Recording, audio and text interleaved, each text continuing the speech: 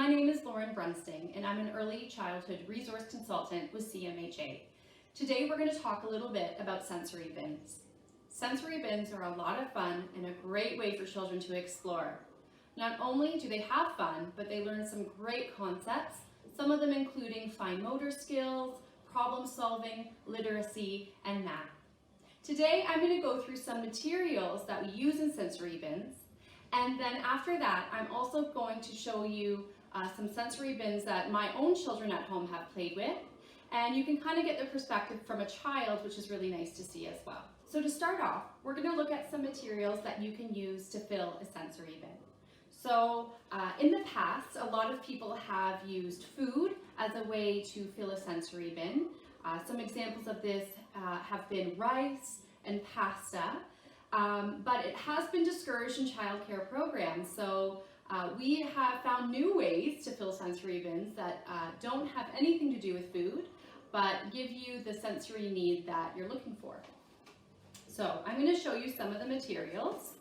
A lot of it can be picked up at the dollar store, and a lot of it is craft materials, as well as things that you would use to fill a vase, sand, just things around the house. So you can get really creative and have a lot of fun when you're finding things to fill a sensory bin. So one of the things that are great for sensory bins are using things like gravel. This gravel I got at the dollar store, and it is a fun color. It's nice and green. I also have some blue, and I have some red glitter gravel as well. So a lot of times I kind of mix and match and make it a lot of fun. It also gives children a choice of what colors they want to use in their sensory bin. Some other ideas to fill your sensory bin are to get different kinds of rocks. These I also purchased at the dollar store. So I have some rocks and some fun rocks that kind of look like jewels. This can just make it a lot of fun.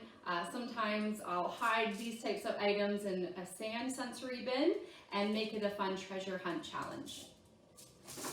Another fun idea is to use ice cubes, either frozen or thawed, and these are just fun designs that you can throw in a sensory bin, and they can just play with them in addition to the water using different materials. Some other ideas that I've used as well is using craft materials. So these are great not only because I can fill a sensory bin, but then afterwards I can use them for crafts, and they kind of have a dual purpose. They're about $1 each from the dollar store, and they're a great way to fill a sensory bin. Another idea is to use foam stickers. So the same idea as the metallic craft pieces, these foam stickers are great because children can kind of play with them in a sensory bin with different containers, but they can also use them afterwards for crafts, so they don't go to waste. A big thing for me is finding things that not only are great for sensory bins, but then you can also use for another purpose. So the next thing I want to show you is just some things that I also add to the sensory bin to make it a little more fun to explore. You can use ice cube trays to sort things from a sensory bin. So sometimes I'll put certain colors in the ice cube trays and have children pick out colors from the sensory bin to put in the ice cube trays. Another fun tool is to use different size tongs. So I have a couple different sizes here. And this one I added as well because it's a little easier for a younger child to use. The fine motor skills required are not as hard, so they can kind of hold on to it more like scissors. Something easy that you have around the house to add in as well is measuring cups and measuring spoons. Another fun thing to use would be funnels. So these I just got at the dollar store. You get 3 different sizes, and they're fun to use, especially for sand and water and glitter and those types of things. I also add just various Tupperware containers that I have around the house. That way you can keep it inexpensive.